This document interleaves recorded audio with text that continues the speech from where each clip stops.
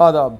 गुजर Desh charitable trust, एक तारीख, एक शख्सियत मसूद चौधरी, जिन्होंने राजौरी में एक यूनिवर्सिटी के क़याम को मुमकिन बनाया और उसके बाद उन्हीं का ख्वाब गुजर देश चैरिटेबल ट्रस्ट इस वक्त एक ताकतवर इंस्टीट्यूशन के तौर पर जम्मू कश्मीर में मौजूद है। मेरे साथ इस वक्त गुजर देश चैरिटेबल ट्रस्ट के अभी नियुक्त हुए चेयरमैन एडवोकेट शाह मोहम्मद चौधरी हैं। आइए इनसे समझने की कोशिश करते हैं कि ये जो नई जिम्मेदारी इनको मिली है, इस नई जिम्मेदारी का इनके लिए मतलब क्या है। चौधरी साहब, बहुत बहुत शुक्रिया वक्त देने के लिए। मुझे चौधरी साहब ये बताइएगा कि मसूद चौधरी साहब ने गुजर देश चैरिटेबल ट्रस्ट की जिस समय संग बुनियाद डाली, जिस समय जो ख्वाब उन्होंने देखा था, अब उस ख्वाब की बागडोर जो है वो आपके हाथों में है। कितनी बड़ी जिम्मेदारी है ये? देखिए, इससे पहले कि मैं जुनैद साहब आपके इस सवाल का जवाब दूं, मैं पहले आपको गुजर देश चैरिटेबल ट्रस्ट के अगराज़ व मकासद के आगाह करना चाहता हूं। आपको बताना चाहता हूं कि आखिरकार गुजर देश चैरिटेबल ट्रस्ट बनाने की ज़रूरत क्यों पड़ी। तो इसमें यह है कि गुजर देश चैरिटेबल ट्रस्ट हमने इसलिए बनाया कि 92 में जब हमें शेड्यूल ट्राइब का स्टेटस मिला, तो शेड्यूल ट्राइब स्टेटस के बाद मसूद चौधरी साहब या इनके साथ जो दीगर हमारे लोग थे, हमारे बुज़ुर्ग थे उस वक़्त, तो उन्होंने सोचा कि ये शेड्यूल ट्राइब का स्टेटस जो मिला है, अगर तालीम नहीं होगी हमारी कौम में, हमारी कम्युनिटी में, तो इसका कोई मकसद नहीं रह जाता। तो हमारी कौम के नौजवानों को, हमारी कौम के बच्चों को आगे ले जाने के लिए हमारा एक ही मकसद था मसूद चौधरी साहब की सदारत में कि गुजरों को तालीमी मैदान में आगे ले जाना, कल्चर में आगे ले जाना, सकाफ़ती तौर पे आगे ले जाना और इकनॉमिकली जो है इनकी कंडीशन को बेहतर करना और पॉलिटिकल राइट्स जो हैं वो उनको दिलवाने। इसलिए हमने ये गुजर देश चैरिटेबल ट्रस्ट जो है वो शुरू किया था। और पहला स्कूल हमारा प्राइमरी तक था, उसके बाद हम मिडिल स्कूल बना, उसके बाद हाई स्कूल बना, फिर हाई सेकेंडरी स्कूल बना। तो मकसद हमारा यही था सब लोगों का, जितने भी लोग हमारे साथ उस वक्त जुड़े चौधरी साहब की सदारत में, जैसे मैंने कहा, तो गुजरों को एजुकेशन के मैदान में, तालीम के मैदान में आगे ले जाना था। इसी मकसद से गुजर देश चैरिटेबल ट्रस्ट बना। दूसरा, आपने ये कहा है कि आप मेरे लिए कि मैं कैसे इसको आगे ले जाऊँगा, तो इस निस्बत में आपको ये कहना चाहता हूँ कि जहाँ से उन्होंने काम छोड़ा है, जहाँ से हमारे जो पहले चेयरमैन थे या उससे पहले भी जो हमारे लोग रहे हैं, चेयरमैन रहे हैं, तो मसूद साहब को हमने पैटर्न इन चीफ़ बाबा कौम का जो ख़िताब हमारे लोगों ने उनको ऑनर किया है, उनको दिया है। उनके काम को देख के ना सिर्फ गुजर देश चैरिटेबल ट्रस्ट के काम को, जैसे कि आपने खुद ही कहा है कि बाबा गुलाम शाह बादशाह यूनिवर्सिटी में जो उन्होंने काम किया, बतौर पुलिस ऑफिसर जो उन्होंने काम किया, तो उन सब चीज़ों को देखकर और ख़ास कर हमारी कौम के लिए जो उन्होंने काम किया, तो जहाँ से उन्होंने छोड़ा है वहाँ से हमने आगे शुरू कर दिया है।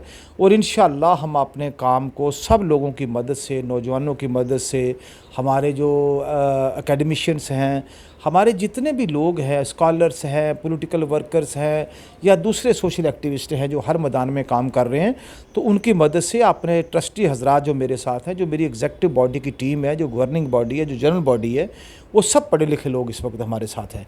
तो उनको साथ लेके हम पूरा जहाँ हमारा जो आगे ख्वाब है, जो चौधरी साहब का ख्वाब था, उसको पूरे करने के लिए हम दिन रात मेहनत करेंगे और इंशाअल्लाह हम उसमें कामयाबी हासिल करेंगे।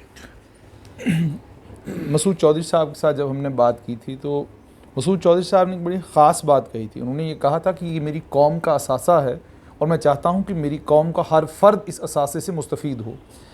लेकिन देखने में ये आता है कि गुजर देश चैरिटेबल ट्रस्ट में फंक्शन तो बहुत सारे होते हैं, लेकिन जो मकसद गुजर देश चैरिटेबल ट्रस्ट का था, रिसर्च का, बाकी तमाम चीज़ों का, लोगों के जुड़ने का, वो एक कौम, एक समुदाय, एक धर्म के लोगों तक जो है महदूद होकर रह गया है। क्या आप इस बात को तस्लीम करते हैं और क्या इस चीज़ को बदलने की आप कोई कोशिश करेंगे?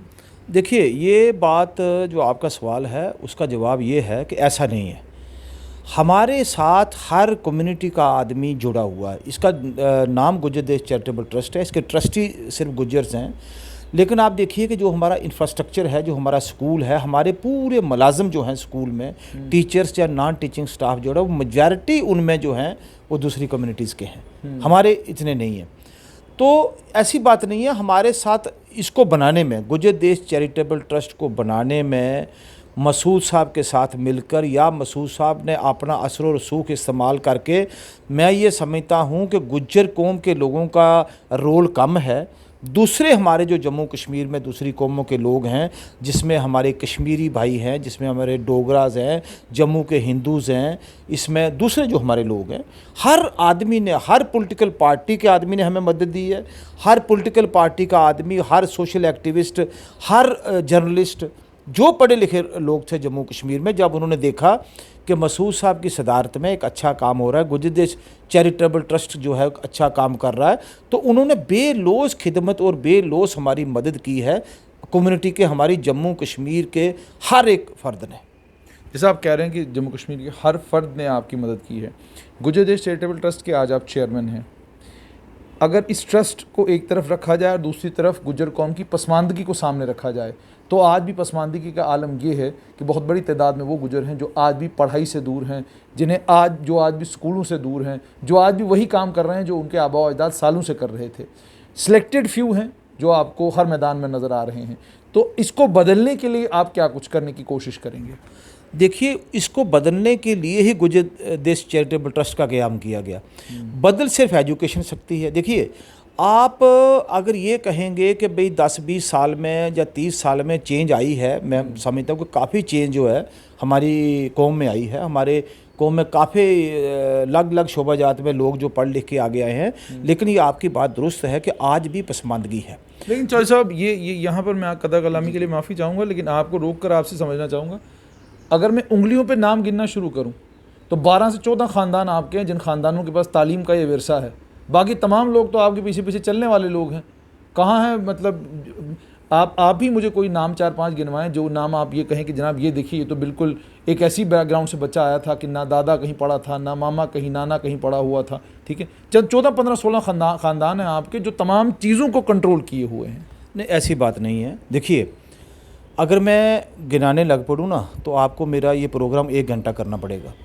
मैं आपको ये किसी का मैं नाम नहीं लेना चाहता कि कौन किस बैकग्राउंड से आया है, लेकिन आप देखें, मैं बहुत सारे ऐसे लोग, आप केएस में, आईएएस में, सिविल सर्विसेज में, केपीएस में, एजुकेशन में, या दूसरे जो पुलिस में दूसरे लोग हैं, बहुत सारे ऐसे लोग हैं जो फर्स्ट जनरेशन के हैं, उनको भी इस चीज़ का एसटी का बेनिफिट मिला है। उस बेनिफिट से वो लोग आगे आए हैं। ख़ासकर जो आपका सवाल था वो था कि एक बहुत बड़ा तबका गुज्जर बकरवाल का जो है वो तालीम से आज भी महरूम है। उसकी वजह ये है, देखिए, उनकी फैमिली में भी आहिस्ता आहिस्ता आहिस्ता तालीम का जो है इस एसटी का बेनिफिट होना शुरू हुआ है। पढ़ना तो उन्होंने खुद है। हमने गुज्जर देश चैरिटेबल ट्रस्ट से हमारा मकसद ही ये है कि ये जो बकरवाल हैं जो घूमते रहते हैं, ये जो दूधी गुजर हैं, जिनको अभी तक इस तालीम का जो फ़ायदा है, उनके घरों में अभी तालीम की रोशनी पहुंची नहीं है, तो हम ये कहते हैं कि इनको ला के, इनके बच्चे बच्चियों को ला के ट्रस्ट में के स्कूल में दाखिल किया जाए, उनको पढ़ाया जाए और पढ़ा के जो है ये लोग आगे निकलें।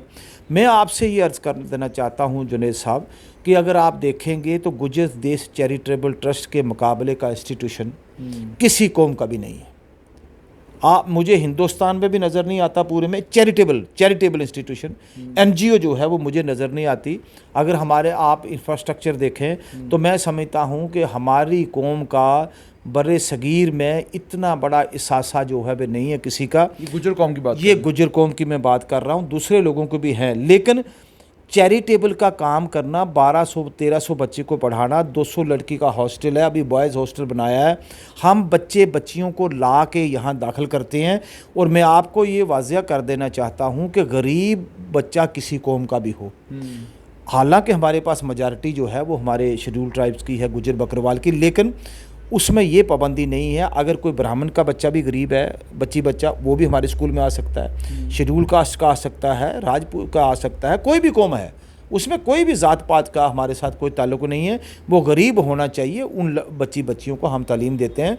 हमारे पास इस किस्म की कोई डिस्क्रिमिनेशन नहीं है कि ये किस कौम से है, वो गरीब होना चाहिए। हमने एक इंस्टीट्यूशन बनाया है, वो लोग आएँ और आके पढ़ें। आप देखिए, हमारे हॉस्टल में जो गर्ल्स हॉस्टल है उसमें जम्मू कश्मीर के दूर दराज इलाकों से आके बच्चियाँ आती हैं, यहाँ रहती हैं और पढ़ती हैं। तो आज मैं ये कह सकता हूँ दावे से कि रियासत जम्मू कश्मीर का ले करगिल को छोड़ के, हालांकि वहाँ हमारे पास ले करगिल की बच्चियाँ भी पढ़ती थीं, तो आज वो भी कहीं ना कहीं पहुंची होंगी। हमारे स्कूल से जो बच्चे पढ़ के गए हैं वो आज जम्मू कश्मीर के हर गांव में है, वो हर जगह फैले। जिस जगह पे भी आप जाओगे, गुजर देश चैरिटेबल ट्रस्ट का जो स्कूल है, brigadier Khudabakhsh memorial higher secondary school, उसका बच्चा आपको हर जगह मिलेगा।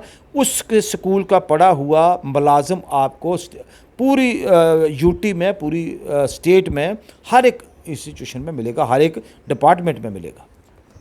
चौधरी साहब, आपने इंस्टीट्यूशन की बात की। जब हम तालीमी निज़ाम की बात करते हैं और तालीम के लिए आप अपने बच्चे को किसी स्कूल में एडमिट कराना चाहते हैं, तो आपकी ये जो आपका कबीला है, ये जो गुज्जर बकरवाल समुदाय है, इस समुदाय के अफसरों की अगर मैं बात करूं, मैक्सिमम अफसर कोशिश पूरी ये करते हैं कि GD Goenka, Jodhamal, presentation convent या कोई और कॉन्वेंट हो, स्कूल हमें मिले, वहाँ पर हम अपने बच्चे की एडमिशन कराएं। लेकिन उनकी उस लिस्ट में जो गुज्जर देश चैरिटेबल ट्रस्ट का खोला हुआ स्कूल है वो उस लिस्ट में नहीं है। उसके बाद दूसरी बात ये कि जब हम मयारी तालीम की बात करते हैं तो मयारी तालीम का भी हाल हमारे यहाँ ये है कि हम एक स्कूल भी ऐसा नहीं बना पाए जम्मू कश्मीर में जिस स्कूल को हम ये कहें कि जनाब ये फलां चैरिटेबल इंस्टीट्यूशन की कंट्रीब्यूशन है, और आप देखिए क्या आला तालीमी निज़ाम है कि हर समुदाय, हर वर्ग, हर धर्म के लोग जो हैं अपने बच्चे को इस स्कूल में पढ़ाना चाहते हैं। क्या वजह है कि आपके पास इतना बेहतरीन इंफ्रास्ट्रक्चर और आपके पास इतना ज़बरदस्त चैरिटेबल इंस्टीट्यूशन होने के बावजूद आपने स्कूल तो तैयार किया, लेकिन उस स्कूल में आप खुद कह रहे हैं गरीब गुरबा के बच्चे वहाँ पर पढ़ते हैं। अपर मिडिल क्लास और अपर क्लास के लोगों की प्रेफरेंस अभी तक आपका स्कूल नहीं बन पाया, क्या वजूहत? ऐसी बात नहीं है। देखिए, मैंने तो ये बात कही नहीं कि गरीब गुरबा के बच्चे पढ़ते हैं। सवाल ये है कि हमने बनाया ही गरीब गुरबों के लिए है। वो लोग अब कोई अगर गुजर है तो वो ऑफिसर, जैसे आपने कहा, अगर वो अफोर्ड कर सकता है वो हेरिटेज में पढ़ाए, दिल्ली में पढ़ाए, यहाँ किसी स्कूल में, कॉन्वेंट में पढ़ाए, जोधामल में पढ़ाए। और आपके स्कूल में क्या फ़र्क है? देखिए, कोई फ़र्क नहीं है। आप आइए हमारे स्कूल में, हमारा रिकॉर्ड देखिए। हमारे स्कूल में भी उतनी पोजीशंस आती हैं जितनी वहाँ आती है, हमारी उतनी डिस्टिंक्शन है जितनी वहाँ आती हैं। लेकिन फ़र्क ये है कि वहाँ 5,000 रुपया लेते हैं महीने का, हम 700-800 रुपया लेते हैं। हम देखिए, जो अमीर आदमी है, जो अफोर्ड कर सकता है वो कॉस्टली एजुकेशन, वो कहीं भी जा सकता है, वो गुज्जर हो, किसी भी कम्युनिटी का हो। मैं ये कहना चाहता हूँ कि ये स्कूल उनके लिए है। ये नहीं कि हम उनको नहीं दाखिल करेंगे जो मेरिटोरियस है। हमारे स्कूल में अमीर से अमीर आदमी का बच्चे, मेरे अपने बच्चे, अगर मैं तो अफोर्ड कर सकता था, मेरे अपने बच्चे वहाँ पढ़े हैं। मैं ये कहता हूँ कि हमारे स्कूल से IAS निकले हैं, KS निकले हैं, डॉक्टर निकले हैं, इंजीनियर निकले हैं, डिफरेंट डिपार्टमेंट्स में, डिफरेंट जगह पे प्रोफेशन में लोग चले गए हैं। उसका ये मकसद हरगिज़ नहीं है कि हमारा स्कूल इन स्कूलों से, जो हमारी पेरिफेरी के जम्मू में जो एलीट स्कूल हैं, उनका कंपटीशन नहीं कर सकता। हमारा स्कूल उनसे बेटर चलता है, हमारा स्टाफ उनसे बेटर है, वेल क्वालिफाइड है। लेकिन हम एक चीज़ करते हैं कि हम ये दवाई नहीं देते कि इस किस्म की कमर्शियलाइजेशन, उनका तो कमर्शियल काम है, हमारा कमर्शियल काम नहीं है। हमारे स्कूल में 250-300 बच्चा ऐसा है जो बिल्कुल भी फ़ी अफोर्ड नहीं कर सकता, उनको टूथब्रश तक, एग्जम्पशन तक उनको हम देते हैं। तो वो जो हम पे करने वाले हैं उन्हीं के बच्चों से पैसा बचा के उन पे खर्च किया जाता है। तो ऐसी बात नहीं है। हमारे स्कूल की बहुत अच्छा हमारी फैकल्टी है, हमारी बहुत अच्छी लैब है, हमारी बहुत अच्छी लाइब्रेरी है, बहुत अच्छा हमारे पास इंफ्रास्ट्रक्चर है, किसी के स्कूल में नहीं है। आपसे बात करके तो यूँ महसूस हो रहा है कि अब तो कुछ स्कूल में करने की ज़रूरत नहीं, सब कुछ हो चुका है, या आपको लगता है कि अभी भी बहुत कुछ करने की ज़रूरत है जो नहीं हुआ है? मैं आपसे पूछना चाहता हूँ, अगर आप कोई आदमी इंप्रूवमेंट करना चाहता है एजुकेशन सिस्टम में, वो कभी एंड हो सकती है बात? कि आप समझते हैं कि जम्मू यूनिवर्सिटी, श्रीनगर यूनिवर्सिटी, कश्मीर क्या यूनिवर्सिटी, जहन में पिक्चर है आपके? कश्मीर यूनिवर्सिटी या अलीगढ़ मुस्लिम यूनिवर्सिटी या दिल्ली यूनिवर्सिटी या GNU अभी कंप्लीट है?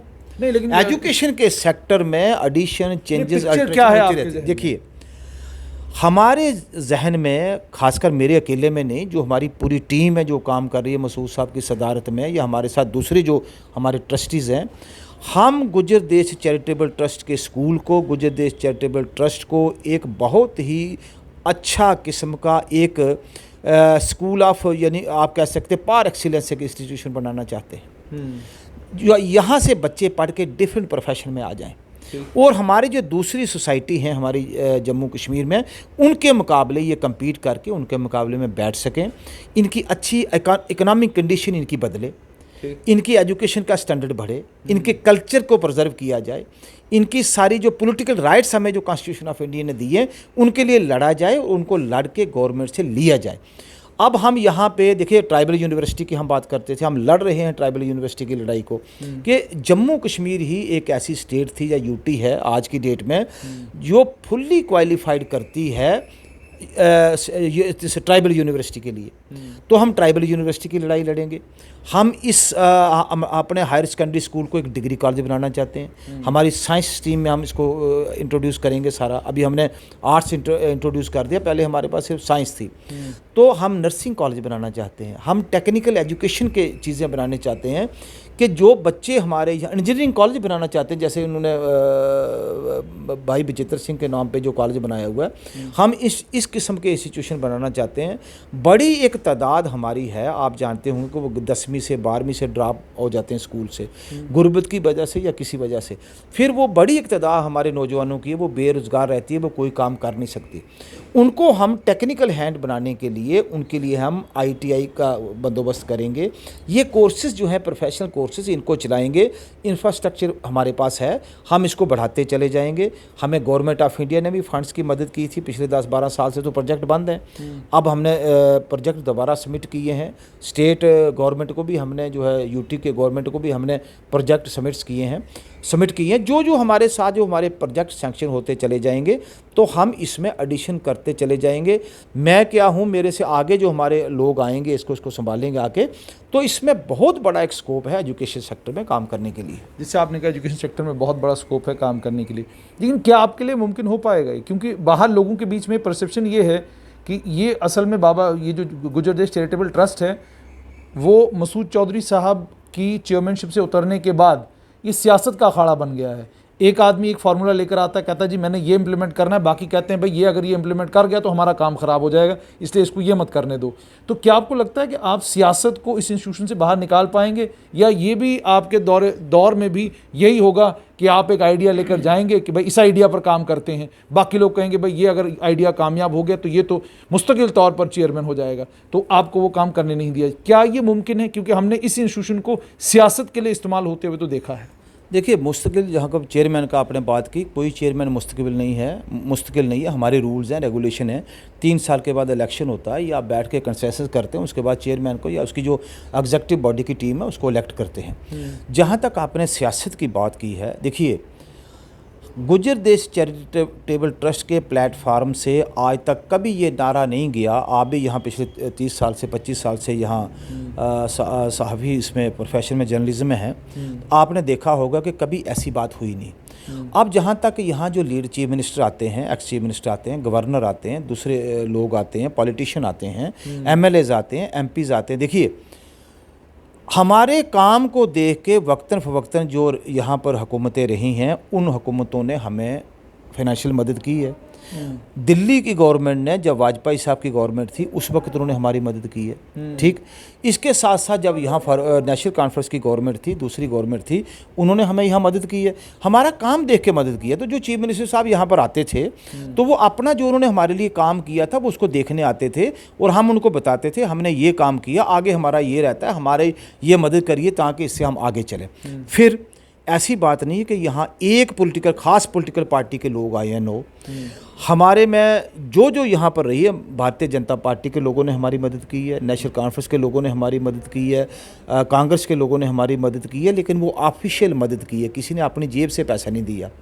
जो लेजिस्लेटर्स थे टाइम टू टाइम, अब प्रोफेसर चमनलाल गुप्ता साहब जो आज हमारे बीच में नहीं रहे, उन्होंने हमारी मदद की है। चौधरी प्यारा सिंह साहब ने हमारी मदद की है, जो यहाँ हमारे MLAs थे। आज के जो MP हैं हमारे, फिर ये इल्ज़ाम क्यों लगता है कि कुछ लोग आप ही के गुजर देश चैरिटेबल ट्रस्ट में हैं जिनकी सारी सियासत का दारोमदार जो है इसी बात पर है क्योंकि वो गुजर देश चैरिटेबल ट्रस्ट के साथ जुड़े हुए हैं, बाकी उनके पास सियासत में दिखाने के लिए कुछ भी नहीं। देखिए, मैं एक बात आपकी रह गई, यानी कि हमारे जो इस वक्त प्रेजेंट जो हमारे सिटिंग MP हैं जुगल किशोर साहब, उन्होंने भी हमें लेबॉर्ट्री के उसके लिए पैसे दिए, बच्चों की लेबॉर्ट्री के लिए काम देख के दिए ना। मेरी जेब में तो पैसा गया नहीं, जो CDF की फंड से जो अंडर रूल कर सकते थे उन्होंने हमारे लिए किया, हमारे लिए डिस्ट्रिक्ट एडमिनिस्ट्रेशन ने भी काम किया। और देखिए अगर ये आदमी कहे कि भाई एक कोई आदमी किसी पॉलिटिकल पार्टी के साथ एफिलिएटेड है तो वो ट्रस्ट उस पॉलिटिकल पार्टी का हो गया, ऐसा नहीं है। हमारा एक बाकायदा ज़ाब्ता है, एक कॉन्स्टिट्यूशन है ट्रस्ट का, ट्रस्ट के रूल्स हैं। अब बतौर चीफ मिनिस्टर अगर हमारे ट्रस्ट में आए, कोई भी जो कल यहाँ पे चीफ मिनिस्टर आएगा तो हमारे इंस्टीट्यूशन को वो देखने आते हैं। यानी आप वापस उसको उसी दौर में लेकर जाएंगे बाबा जो गुज्जर देश चैरिटेबल ट्रस्ट को, जैसा ये मसूद चौधरी साहब के वक्त में था। देखिए बिल्कुल वैसा ही नहीं, आगे लेके जाएंगे। देखिए मसूद चौधरी साहब ने तो बहुत काम किया, उन्होंने बना के छोड़ दिए ना। देखिए सियासी कभी इस ट्रस्ट को होने नहीं दिया था। ये नहीं, हम भी नहीं ट्रस्ट को सियासी होने देंगे। देखिए अब वहाँ हमारे वहाँ एक कम्युनिटी ने हमारी ने वहाँ लिया हाल हमारा बुक करवाया, तो एलजी साहब वहाँ पर तशरीफ़ लाए, आए थे एलजी साहब ने पूरा देखा। उन्होंने जाके हायर आपस में अपने ऑफिसरों से बात भी की कि देखो गुज्जर देश चैरिटेबल ट्रस्ट कितना खूबसूरत बना है।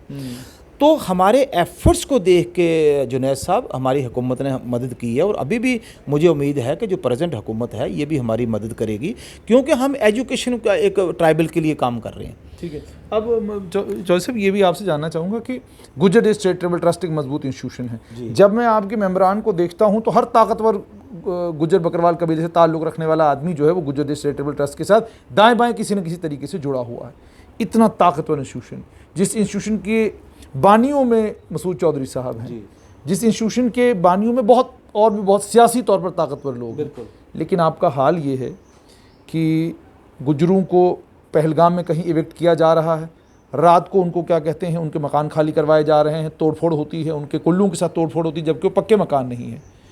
फॉरेस्ट राइट्स एक्ट की बात आती है, उसकी इम्प्लीमेंटेशन की बात आती है, तो ग्राउंड पर जिस तरीके से इस कानून को इम्प्लीमेंट होना चाहिए था वो नहीं हो रहा है। आपके गुज्जर लोग जो हैं डेरा लेकर जम्मू से कश्मीर की तरफ जा रहे हैं, उनके ऊपर कहीं हमले होते हैं, उनका माल लूटा जाता है, उनको ज़ख्मी किया जाता है, लेकिन हम गुज्जर देश चैरिटेबल ट्रस्ट को इन मामलों में बिल्कुल खामोश देखते हैं। क्या उसकी वजह यह है कि आप भी पॉलिटिकली करेक्ट होने के चक्कर में रहते हैं कि भाई माहौल जो है उसके ऐन मुताबिक बातें करो, कोई ऐसी बात नहीं करना जो माहौल में फिट ना बैठती हो? नहीं, ऐसी बात नहीं है। देखिए गुज्जर देश चैरिटेबल ट्रस्ट जो है वो टाइम टू टाइम वक्तन फ़वक्तन इन इश्यूज़ को गवर्नमेंट के साथ लिखता रहता है। बात देखिए, एक तो ये है कि मैं आपको यहाँ खड़े होकर एक बयान दे दूँ कि वहाँ बकरवालों को रियासी में रोक लिया गया है, रामबन में रोक लिया गया है, उधमपुर में रोक लिया गया है, तो बयान दे के उसके बाद आप भी मेरा बयान शाम को चला देंगे, उसके बाद कुछ होगा नहीं। हमारी जो स्ट्रेटजी है वो नहीं है। हम लगातार गवर्नमेंट से चिट्ठियाँ लिखते हैं, गवर्नमेंट के लोगों को डिव काम को मिलते हैं, जाके कंसर्न डीसीज़ को मिलते हैं, सेक्रेटरीट में जाते हैं, एडवाइज़र साहिबान जो कंसर्न है उनसे बात करते हैं, ट्राइबल सेक्रेटरी से बात करते हैं, एलजी को लिखते हैं, ट्वीट करते हैं, उनको मेल भेजते हैं कि फिर उस देखिए आस्था आस्था ये आपकी बात दुरुस्त है कि जगह जगह इनको जब यहाँ से ये मूव करते हैं पहाड़ों की तरफ तो काफ़िले की सूरत में जाते हैं, इनको रोका जाता है, इनको 2-2 दिन सड़क में रखा जाता है, इनके माल मवेशी बच्चे खाने के बगैर वहाँ रहते हैं। आपने पीछे देखा होगा कि हमारी कौम के लोग काफ़ी एक बहुत बड़ा डेपुटेशन गवर्नर साहब को मिला, तो एलजी साहब ने इंस्ट्रक्शन दे दी, इस साल उनको कम परेशानी आई है। तो आस्ता आस्ता ये जो सिस्टम है ये स्ट्रीमलाइन हो जाएगा, इसके लिए हम लड़ाई लड़ रहे हैं। जहाँ तक फॉरेस्ट एक्ट का आपने बताई बात, आपकी बात बिल्कुल दुरुस्त है कि कमेटीज़ गवर्नमेंट ने बनाई, चीफ सेक्रेटरी साहब जो हमारे पहले थे वो चले गए, गवर्नर साहब का बयान आया कि किसी बकरवाल को या गुजर बकरवाल को एसटी को फॉरेस्ट की ज़मीन से निकाला नहीं जाएगा। लेकिन ये बात दुरुस्त है और मैं इस बात को मानता हूँ कि इंस्ट्रक्शन गई हैं, कई जगह पे इनकी जो इविक्शन है वो स्टॉप हो गई है, मगर इनके एप्लीकेशन फॉर्म्स जो थे इनको राइट्स मिलने के, उनकी आगे कोई प्रोग्रेस नहीं है। वो उन्हीं दफ्तरों में या जो भी इन्होंने कमेटीज़ बनाई हैं उनके ऑफिस में पड़ा होगा। आज की डेट में किसी भी बकरवाल गुज्जर बकरवाल को फॉरेस्ट एक्ट के तहत अभी तक कोई आर्डर नहीं मिला। एक्ट ने राइट दे दिए हैं, राइट्स मिल चुके हैं, उनकी इम्प्लीमेंटेशन ग्राउंड पे अभी जो है वो चालू नहीं हुई। तो मैं आपके ज़रिए से, आपके माध्यम से एलजी साहब को और उनकी एडमिनिस्ट्रेशन को, चीफ सेक्रेटरी साहब को या कमिश्नर सेक्रेटरी जो फॉरेस्ट हैं या उनके नीचे जो सबॉर्डिनेट स्टाफ है जिनकी ये जिम्मेदारी है इसको लागू करें, मेरी उनसे अपील होगी कि अगर ये राइट नहीं दिए गए, एक्ट नहीं लागू किया गया तो उससे उसका फिर मकसद कोई रह जाता नहीं। अच्छा, दूसरी चीज़ ये भी आपसे जानना चाहूँगा कि गुजर बकरवालों के लिए माइग्रेटरी स्कूल्स बनाए गए थे कि ठीक है जी आप पहाड़ों पर हैं तो वहीं पर आपके लिए स्कूल बनेगा, लेकिन अब बहुत सारे अजला में ये शिकायत मिल रही हैं कि जी वो तो स्कूल चल ही नहीं, वो तो डिफंक्ट है, अगर स्कूल कहीं अवेलेबल है तो टीचर नहीं है, और टीचर जहाँ लगाने हैं वहाँ हुकूमत की आनाकानी है, वहाँ कहीं सीओ साहब अड़ंगा डाल रहे हैं, कहीं कोई और अड़ंगा डाल रहा है। जी आप जाके जी पंचायत के सरपंच से लिख कर लाओ, फिर वो उनकी निशानदही करेगा, फिर वो बताएगा स्टूडेंट हैं कि नहीं है, होंगे तो हम टीचर देंगे, नहीं होंगे तो हम टीचर नहीं देंगे। ये सब तमाशे जो हैं उन सारे स्कूल्स के साथ किए जा रहे हैं। तो मुझे ये बताइए इसको लेकर गुजर देश टेरिटरी, क्योंकि ये वो मसाइल हैं जिन मसाइल को आप हुकूमत के साथ उठाएंगे, क्योंकि मैंने पहले ही कहा कि एक ताकतवर लोगों का समूह है गुजर देश चैरिटेबल ट्रस्ट। अब अगर आप ताकतवर लोग ये सब बातें सरकार के नोटिस में नहीं लाते, बल्कि हम देखते हैं कि सड़क के ऊपर कोई सोशल एक्टिविस्ट है वो हंगामा कर रहा है, कोई और आदमी फेसबुक के ऊपर से हंगामा कर रहा है, कोई वीडियो बना के हंगामा कर रहा है, तो जाकर बातें एडमिनिस्ट्रेशन तक पहुंचती हैं। आपसे जानना चाहूँगा इन स्कूल्स को लेकर आप क्या करेंगे, कैसे आप ये इंश्योर करेंगे कि वो गुजर बच्चे जो इन काफिलों के साथ चलते हैं वो जिस भी तरफ जाएं कम से कम उनको जो है पढ़ाई उनकी न छूटे। आपने भी इनको देखा है, कवर किया, मैं देखता रहता हूँ आपकी स्टोरीज़। मैं तो पिछले 15-18 साल से इस पर बात उठा रहा हूँ। देखिए ये सिस्टम टोटली फॉल्टी हो चुका है। गवर्नमेंट के पास इस सिस्टम को स्ट्रीमलाइन करने के लिए ये जो माइग्रेटरी गुजर बकरवाल हैं इनके बच्चों की तालीम के लिए कोई माकूल जो है माहौल नहीं है, कोई सिस्टम नहीं है। 76-75 में ये स्कूल बने, उस वक्त एक टीचर इनके साथ लगाया गया, 10-10, 15-15 बच्चे थे। आज इनके साथ 100-100, 150-150 बच्चा चल रहा है उन डेरों का। एक या दो टीचर हैं, मुझे नहीं लगता कि अभी दूसरा टीचर भी जो उसमें तैनात किया गया हो। यहाँ जहाँ ये जाते हैं कोई इनके सिरों पे स्कूल का छत नहीं है, ओपन ये पढ़ते हैं। और ज़्यादती यहाँ तक है कि आपने अभी कहा कि जो अलीट गुजर हैं जिनके बच्चे यहाँ कॉन्वेंट में, जोधामल में या जम्मू में पढ़ते हैं, और फिर जब टेस्ट आप करवाते हैं कॉमन इंटरेस्ट टेस्ट, वो उन्हीं के साथ रखते हैं, वो भी हमारे पास शामिल है जिनके पास ना फिज़िक्स है, ना मैथ के टीचर हैं, ना केमिस्ट्री के हैं, ना किसी और सब्जेक्ट के हैं, ना बायोलॉजी के हैं, ना कोई मेरे साइंस के हैं, ना आर्ट्स के हैं। तो वो अल्लाह के रहमो करम पे, भगवान के रहमो करम पे उनको छोड़ दिया गया है। गवर्नमेंट का दावा टाइम टू टाइम रहा है, चाहे वो पॉलिटिकल गवर्नमेंट हो या ये प्रेजेंट गवर्नमेंट हो। तो अब हम देखते हैं कि जो हमारे कंसर्न एडवाइज़र साहब हैं वो कोशिश कर रहे हैं कि इस सिस्टम को स्ट्रीमलाइन किया जाए, इन स्कूलों को स्ट्रेंथन किया जाए। टाइम टू टाइम हम भी आवाज़ उठा रहे हैं, लेकिन मौके पे अगर आप देखा जाए तो इसका भी कुछ हुआ नहीं। जब तक ना इनकी तालीम का एक अच्छा सिस्टम बनाया जाए, इनको अच्छी तालीम मुहैया की जाए, तो मैं नहीं समझता कि इनका लाट जो है वो सुधरेगा। इसी को मद्देनज़र रख के गुजर देश चैरिटेबल ट्रस्ट का क़याम हुआ था। लेकिन 6-7 लाख के करीब पॉपुलेशन है, हमारी कैपेसिटी 1200 है, तो हम 6 लाख के जो बच्चे हैं उनके अगर 2-3 भी लाएँ, 3% भी रखें, 4% भी, तो हम अकोमोडेट नहीं कर सकते। जम्मू में भी यही हाल है इनका, और जाते हैं वहीं यही हाल है। दूसरा जो आपने बात कही कि जगह जगह जो फ्रिंज एलिमेंट्स हैं वो जाके इनको तंग करते हैं। अगर वो अपनी गाय भैंस को साथ लेके चला जा रहा है, उनको मारा जा रहा है। आपने पीछे सांबा में भी देखा, रियासी में भी देखा। तो ऐसी बात नहीं है, हुकूमत इसका एक्शन ले रही है, हुकूमत इससे अवेयर है, काफ़ी हद तक हुकूमत ने इन लोगों को कंट्रोल भी किया है। तो मैं ये कहना चाहता हूँ कि गवर्नमेंट के जब इनको कश्मीर से जम्मू आने के लिए कोई परमिशन रिक्वायर नहीं है, तो जम्मू से कश्मीर की वैली के जो पहाड़ हैं वहाँ पे जब जाते हैं उसके लिए परमिशन की क्या ज़रूरत है। अगर कोई आदमी इसकी आड़ में ये बोवाइन स्मगलिंग करता है, हम उसके अगेंस्ट हैं, उस पर सख्त एक्शन होना चाहिए। लेकिन जो लोग अपने आपके लिए, अपनी दूध के लिए गाय ले जा रहे हैं, आपने देखा कि पिछले जब कोट बलवाल में एक हुआ है वाक़या जहाँ 2 लोगों को मारा गया रात को, तो वो लोग तो 2 बैल अपनी ज़मीन को काश्त करने के लिए ले जा रहे थे, एक गांव से तीसरे गांव में, बीच में एक गांव पड़ता था, जहाँ वो रहते थे वो दूसरा गांव था, तीसरा। तो वहाँ 5-4 किलोमीटर के एरिए में अगर वो किसी बैल को ख़रीद के लेके जाते हैं, उनको इस बेदर्दी से मारा गया। मैं भी हॉस्पिटल में, हमारी टीम गई ट्रस्ट की, हमने जाके देखा, तो पुलिस ने एक्शन लिया, इसमें कोई शक नहीं है। जो लोग इन्वॉल्व थे उन पे FIR लगी, उनको अरेस्ट किया गया, उनकी फिर बाद में ज़मानतें हुई, वो ट्रायल फेस करेंगे, जो लॉ की बात है। लेकिन गवर्नमेंट की ये ज़िम्मेदारी बनती है कि इनको पूरे तरीके से प्रोटेक्शन दी जाए जब तक कि ये आस्था से यहाँ से गुजर ना जाए। ये हमेशा होता रहा है। गवर्नमेंट कहती है कि इस आड़ में कोई बोवाइन स्मगलिंग या ऐसी बात होती है, हम कहते हैं कि हमने कभी भी बोवाइन स्मगलर्स की सपोर्ट नहीं की। आप जो ये बोवाइन स्मगलर्स हैं इन पे एक्शन लीजिए।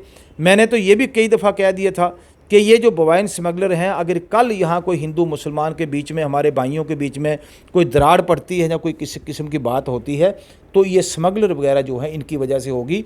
और ये जितना हो रहा है ये पुलिस की कनाइवेंस के साथ हो रहा है, विदाउट पुलिस कनाइवेंस ये हो नहीं सकता। जैसे आपने कहा कि ये सब पुलिस की कनाइवेंस से होता है, अब एक और चीज़, गुज्जर देश चैरिटेबल ट्रस्ट है और आप लोगों के ऊपर ज़बरदस्त जिम्मेदारी भी है, अपनी पूरी कौम की जिम्मेदारी है। आपसे ये भी समझना चाहूँगा कि इंस्टीट्यूशन के हिसाब से गुज्जर देश चैरिटेबल ट्रस्ट एक इंस्टीट्यूशन के हिसाब से, ये तो हो गया कि आपकी जिम्मेदारी समाज के तय क्या है, इंस्टीट्यूशन के हिसाब से बहुत बड़ा ज़ख़ीरा आपके पास जो है वो किताबों का वहाँ पर है, एक लाइब्रेरी की सूरत में। रिसर्च का कितना काम वहाँ पे इस समय हो रहा है और आने वाले वक्त में आप कितना और रिसर्च का काम करवाएंगे? क्या इसको आम लोगों के लिए आप ओपन करेंगे? क्या कोई रिसर्च स्कॉलरशिप्स की आप अनाउंसमेंट करेंगे? पहले भी एक बार हुई थी रिसर्च स्कॉलरशिप की अनाउंसमेंट हुई थी, क्या उसको रिवाइव करेंगे? और क्या कुछ करने की कोशिश करेंगे जिससे गुज्जर देश चैरिटेबल ट्रस्ट भी एक इंस्टीट्यूशन के तौर पर लोगों के बीच में इम्पॉर्टेंट बने और यहाँ से सिर्फ और सिर्फ गुज्जर कौम के लिए सिफारिशात जो हैं इस ट्रस्ट से ना जाएं, बल्कि बाकी कौमों के लिए भी सिफारिशात जाएं कि भाई बिजली का मसला है, पानी का मसला है, इन चीज़ों पर भी आप लोग गौर ख़ौज़ करके हुकूमत तक सिफारिशात अपनी पहुँचाए। क्या इसको एज एन इंस्टीट्यूशन ग्रो कराने के लिए क्या कुछ आपके जहन में? देखिए, जैसे आपने कहा, आपने लाइब्रेरी देखी होगी तभी आपने बात की है ना, आप जाते हैं। हमारी रिवाइवल की तब बात आती है कि जब हमारा अगर रिसर्च का काम जो है वो बंद हो गया हो। ऐसी बात नहीं है, हमारा काम लगातार चल रहा है। मैं ये कह सकता हूँ बड़े वसूख से और बड़े फ़ख्र से कि हमारी एक ऐसी लाइब्रेरी है जो जम्मू कश्मीर में कोई गवर्नमेंट की भी ऐसी लाइब्रेरी नहीं है। हमारी बड़ी नायाब किस्म की किताबें हमारे पास हैं। लाइब्रेरी हमने सबके लिए खोली है।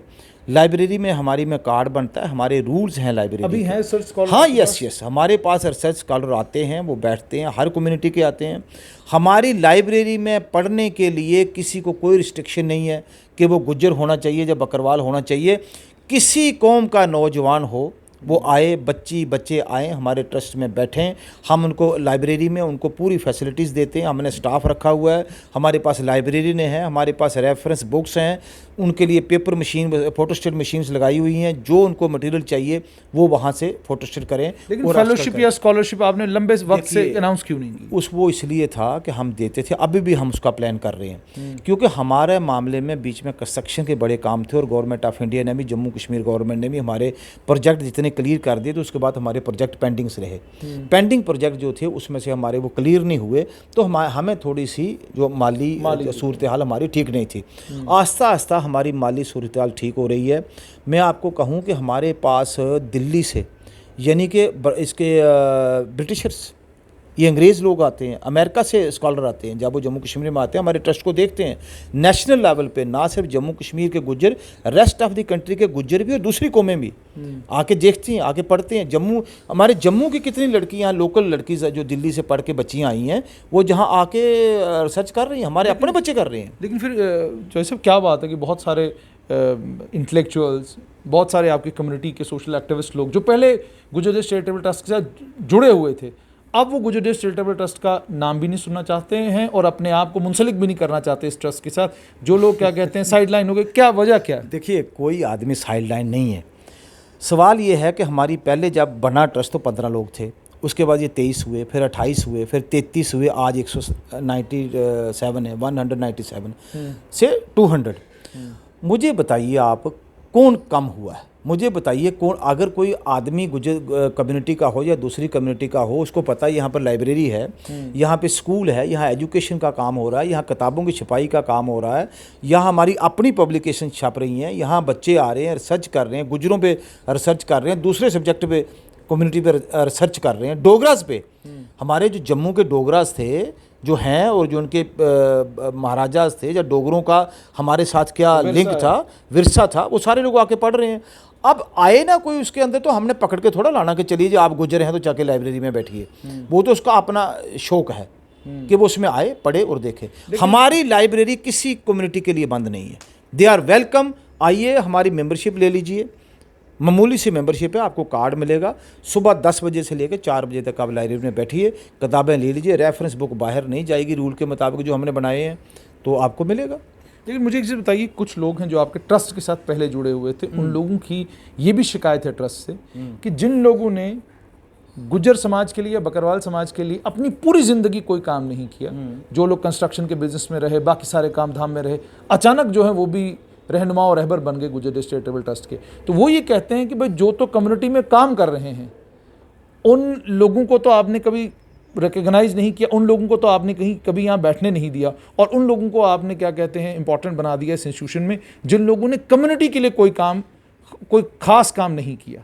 देखिए, ये बिल्कुल ज़रूरी नहीं है कि जो लोग बहुत बड़ा बाहर कम्युनिटी के लिए काम कर रहे हैं वो गुज्जर देश चैरिटेबल ट्रस्ट के मेंबर भी बने, ये ज़रूरी नहीं है। लेकिन हमारे रूल्स में ये प्रोविज़न है कि जो आउटस्टैंडिंग एक आदमी है, एक एक्सपर्ट है, या जो एक बड़ा टॉप का सोशल एक्टिविस्ट है जिसने कम्युनिटी के लिए काम किया है, उसकी हमारे पास जो है मेंबरशिप फ्री है।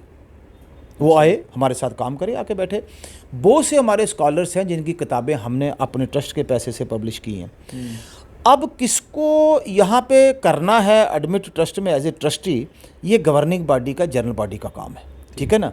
आप कोई कंस्ट्रक्शन के काम में होगा, अगर उसने कंट्रीब्यूट किया है, और अगर हमारी इतनी आसान बात नहीं है कि आप भी आएंगे कल या कोई ऐसा आ जाएगा गुज्जर या बकरवाल के जी मैं बड़ा खड़पैंच हूँ तो मुझे मेंबर बनाओ, वो हमारी कंडीशन नहीं है। आपने कहा कि एक आदमी है, उसने अदरवाइज़ कोई काम नहीं किया, लेकिन वो अगर आके गुज्जर देश चैरिटेबल ट्रस्ट के स्कूल में यहाँ आके बैठ के काम करता है, मीटिंग में पार्टिसिपेट करता है, कंट्रीब्यूट करता है, पैसा खर्च करता है जहाँ ज़रूरत पड़ती है, मिल के हमारे साथ काम करता है, और उसमें क्वालिटीज़ हैं। वो देखिए, एक आदमी है घर में बैठा हुआ, अमीर है वो, उसके पास सब कुछ है, घर में नौकरियां हैं, सब कुछ है, आईएएस हैं, आईपीएस हैं, केएएस हैं, दूसरे हैं डॉक्टर हैं, इंजीनियर हैं, जजेस हैं, लेकिन वो 1 रुपये की पैसे की कंट्रीब्यूट नहीं करता कौम के लिए। तो आप क्या समझते हैं कि उसको बनाना चाहिए मेंबर? हमारे ट्रस्ट में वो आदमी मेंबर बनता है जो हमारे साथ बैठ के काम करता है। ठीक। अगर हम उसको कहेंगे कि आपने रेत का इंतज़ाम करना, तो उसको रेत का इंतज़ाम करना पड़ेगा। अगर आप मुझे कहेंगे आपको मिस्त्री लाने हैं, ये बिल्डिंग बनानी है, आपको नक्शा पास करवाना है, आपको आर्किटेक्ट लाना है, डिफरेंट जो डिवीजन ऑफ लेबर है उसमें हम काम करते हैं, हमें वो लोग चाहिए। मसूद साहब ने अगर बनाया तो मसूद साहब ने 30 साल पीछे नहीं देखा, एसपी से शुरू हुए थे, एडीजी और वाइस चांसलर वो बने। एक भी गैर हाज़िरी मसूद साहब की आप हमारे रजिस्टर निकाल के देख लीजिए, हमारे दूसरे मेंबर्स, कभी मेरी 5-10 गैर हाज़िरियाँ हो सकती हैं लेकिन उनकी कोई गैर हाज़िरी नहीं। ये चीज़ें डेडिकेशन से बनती हैं जुनैद साहब। मेंबर बन के मैं घर में बैठा रहूँ, कोई काम ही नहीं करूँ, तो वो क्या मेंबरशिप है? एक चीज़ और, वो एक बड़ा खूबसूरत शेर है, कहते हैं वही था ख्वाब जो सब ने मिल के देखा था, अब अपने अपने कबीलों में बट के देखते हैं। तो क्या गुज्जर देश चैरिटेबल ट्रस्ट में भी यही सूरत हाल है कि अलग अलग खाने हैं और सब अपना अपना ख्वाब देख रहे हैं? नो, कोई खाना नहीं है, ये बात गलत है। देखिए, अगर होगा तो क्या वो खाने रहेंगे? खाना हो ही नहीं सकता। चैरिटेबल इंस्टीट्यूशन है, चैरिटी जिसको करनी है वही बैठ सकता है। इलेक्शन का हमारा प्रोसेस है, एवेल्युएट करके लोगों को बनाया जाता है, सीनियरिटी पे लोगों को बनाया जाता है, उनका काम देख के लोगों को बनाया जाता है। वैसे मुझे ये सवाल तो पूछना ही चाहिए था, लेकिन अब मैं ये सवाल पूछने जा रहा हूँ। एक वो कौम जिस कौम में मजहबी रहनुमाई करके और सिर्फ मजहबी रहनुमाई की बुनियाद पर 6 से 7 एमएलए बन सकते हों, उसके लिए एक इंस्टीट्यूशन कितना इंपॉर्टेंट होगा कि आपको पता है इस इंस्टीट्यूशन से हम रहनुमाई करेंगे और यहीं से हमारी सियासत और यहीं से हमारा सब कुछ चलेगा। तो आप जब ये कहते हैं ना कि एक इंस्टीट्यूशन बना है, और ये तभी मैंने ये सवाल आपसे पूछा। देखिए, मुझे बताइए, हमारी जम्मू कश्मीर में जो इलेक्शन होते थे वो मज़हब के नाम पे होते थे, वो पॉलिटिकल पार्टी के साथ एसोसिएटेड वो लोग हैं ना, तभी वो लोग बनते थे। देखिए, गुज्जरों का जहाँ तक ताल्लुक़ है, गुज्जर बकरवाल का, इनकी बहुत बड़ी आबादी है, इनके 8, 10, 11 तक भी एमएलए गए हुए हैं, बनते हैं, क्योंकि इनकी एक आबादी है, वो आबादी के हिसाब से एमएलए बनते हैं। जैसे मैंने आपसे पहले अर्ज़ की, मुझे बताइए, हमने गुज्जर देश चैरिटेबल ट्रस्ट की मैनेजमेंट ने, उनके जो ऑफिस बीयरर्स थे, कभी उन्होंने कभी पेपर में या कभी कोई ऐसी अपील इलेक्शन के दौरान की कि आप हमारे फलाने गुज्जर को कैंडिडेट को वोट दे दो? मुझे बताइए अगर हमने कहीं ऐसी बात कही हो। हमारा प्लेटफार्म सबके लिए खुला है, जैसे मैंने आपको कहा, हमारा एमएलए भी आए हमारे साथ बैठे। अच्छा, अगर सब काम करें, अच्छा अगर सबके लिए खुला है, तो अगर मैं चीदा नाम लूँ, हाँ बताइए, तो या तो पीडीपी के लोग हैं, या कांग्रेस के लोग हैं, या नेशनल कॉन्फ्रेंस ही हैं। ये बीजेपी वाले आपके ट्रस्ट में कितने लोग हैं? कोई आप अगर आप 2-4 नाम। देखिए, बात वो नहीं है। हम जो एनसी के हैं, कांग्रेस के हैं, पीडीपी हैं, वो आज से, जब ये इंस्टीट्यूशन बना वो तभी से उन पार्टीज़ में थे, ठीक है ना। उन पार्टीज़ का उसके साथ तो कोई ताल्लुक नहीं ना। मुझे बताइए कि अगर मैं कांग्रेस में हूँ, मैंने कहा कभी जाके कल किसी को कहा कि आप ये ऐसा करिए, या मुझे मेरा ट्रस्ट जो है ये मैं कांग्रेसी हूँ लिहाजा ट्रस्ट में मुझे चेयरमैन बनना है, ऐसी बात नहीं है। मैंने आपसे अर्ज कर दिया कि हम उन लोगों को आगे लाते हैं, वो लोग हमारे ट्रस्ट में सिस्टम के तहत बनते हैं जिन्होंने काम किया होता है। हम वहाँ पर उनकी पॉलिटिकल एफिलिएशन नहीं देखते। आपकी पॉलिटिकल एफिलिएशन बाहर कहीं भी हो किसी पार्टी के साथ, हम देखते हैं कि आपने इंस्टीट्यूशन की बेहतरी के लिए कितना काम किया, आपकी कंट्रीब्यूशन किया है, आपकी फिजिकल कंट्रीब्यूशन किया है, आपने टाइम दिया है, आपने फंड्स दिए हैं, आपने पास होकर काम करवाया। पैसा सब जगह ज़रूरी नहीं है। आपकी सुपरविजन कितनी रही, आपकी पार्टिसिपेशन कितनी रही, आपकी डेडिकेशन कितनी रही, इन चीज़ों को देखा जाता है। बिल्कुल आखिर में आपसे जानना चाहूँगा, वकालत तो आप कर ही रहे हैं, तो वकालत के साथ में अब ये जो है चैरिटेबल काम भी आपके सुपुर्द हो गया, मुमकिन हो पाएगा? नहीं, वो तो मैं कोशिश करूंगा इसके साथ जस्टिस करने की। देखिए, जहाँ तक वकालत का ताल्लुक है, एक मैं अकेला नहीं हूँ इस ट्रस्ट में, हमारी पूरी 5-6 लोगों की टीम है। तो चेयरमैन का अपना काम है, जनरल सेक्रेटरी का अपना काम है, फाइनेंशियल एडवाइज़र का अपना काम है, सेक्रेटरी का अपना, सीनियर वाइस चेयरमैन, एक एस्टेब्लिश्ड सिस्टम है। अगर मैं ना भी आऊँ 7-8 दिन तो वो मेरे जो दूसरा पीछे सिस्टम है वो काम चलता है। टीचर्स की सैलरी रिलीज़ करनी है, उसके लिए हमारे फाइनेंशियल एडवाइज़र सैलरी रिलीज़ करते हैं। जो मेरा काम है वो मैं करता हूँ, जो जनरल सेक्रेटरी साहब हैं वो अपना काम करते हैं। तो हमारे वहाँ पे हमने एक सिस्टम बनाया, लेकिन उस सिस्टम में अभी बहुत सा काम करने की ज़रूरत है, उसको इम्प्रूव करने की ज़रूरत है। जैसे मैंने आपसे अर्ज़ की, किसी भी अदारे को चलाने के लिए, किसी भी सिस्टम को चलाने के लिए कभी भी रोड का एंड नहीं होता, हमेशा चलता रहता है। और ये जो एजुकेशन सिस्टम है, इसका तो बहुत बड़ी इसमें बढ़ोतरी की ज़रूरत है। कल मेरे से जो आएंगे, मेरे सक्सेसर आएंगे, वो भी काम करेंगे। लेकिन जहाँ तक पिछले हमारे बुज़ुर्गों का, मसूद साहब का, या दूसरे हमारे उस वक्त के जो ट्रस्ट थे, आज 70 साल से या 75 साल से ऊपर हो चुके हैं, जो उनका काम है, जो हमारे जो नौजवान तबका हमारे साथ जुड़ा है, यूथ विंग हमारे साथ है, वॉलंटरी काम करते हैं। आपने देखा होगा और भी बड़ी ऑर्गेनाइजेशन यहाँ हैं, लेकिन उभर नहीं सकी। इसलिए नहीं उभर सकी कि या तो उन्होंने डेडिकेटली काम नहीं किया, या उनके काम की सराहना नहीं हुई। हमें आप, अगर मैं अपनी खुद ये बताऊँ आपको कि हम जो भी वहाँ पर चाय बनाते हैं या खाना खाते हैं, कभी कभी लंच, हम अपनी कंट्रीब्यूट करते हैं, कभी ट्रस्ट से पैसे से, और हमारा ओपन है, CA उसका करता है, गवर्नमेंट भी आती है, गवर्नमेंट आके हमारा ऑडिट करती है। बहुत बहुत शुक्रिया, बहुत बहुत शुक्रिया। तो ये थे गुजर देश चैरिटेबल ट्रस्ट के चेयरमैन एडवोकेट शाह मोहम्मद चौधरी। ख्वाब तो बहुत सारे हैं जिनको ये जाहिर सी बात कोशिश करेंगे कि उनको शर्मिंदा ताबीर जो है वो किया जाए, लेकिन अब ये देखना होगा कि क्या गुजर देश चैरिटेबल ट्रस्ट आने वाले वक्त में एक इंस्टीट्यूशन के तौर पर उस मकाम पर पहुँचेगा जिस मकाम पर बहुत सारे और इंस्टीट्यूशंस पहुँच चुके हैं। दूसरा, हमारी इस बात पर भी नज़र रहेगी कि जो गुज्जर बकरवाल समुदाय की परेशानियां हैं, उन परेशानियों का अजाला करने के लिए इंस्टीट्यूशन क्या कुछ करता है। और हम ज़रूर ये सभी सवाल आने वाले वक्त में भी, जब मौका मिलेगा, chairman Gujar Desh charitable trust advocate Shah Mohammad Chaudhary से ज़रूर पूछेंगे।